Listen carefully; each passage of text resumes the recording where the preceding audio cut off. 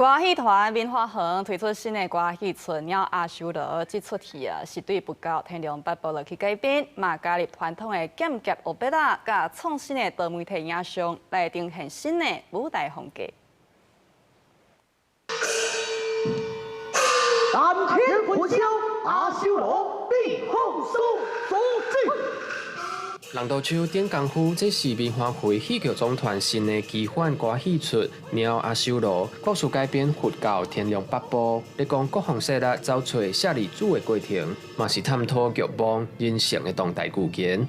棉花會戲劇總團講，這擺唔但重新加入傳統的劍俠歐貝拉戲路，嘛結合創新的多媒體影像，打造歌戲的新舞台。啊，連音樂都有真濟變化，唔是咱傳統的音樂。包括樂器嘛是有真大的變化，所以才會講，這出戲伊的表演啊，甲伊的節奏，攏甲咱歌戲以前有一個歐佩拉戲非常的接近。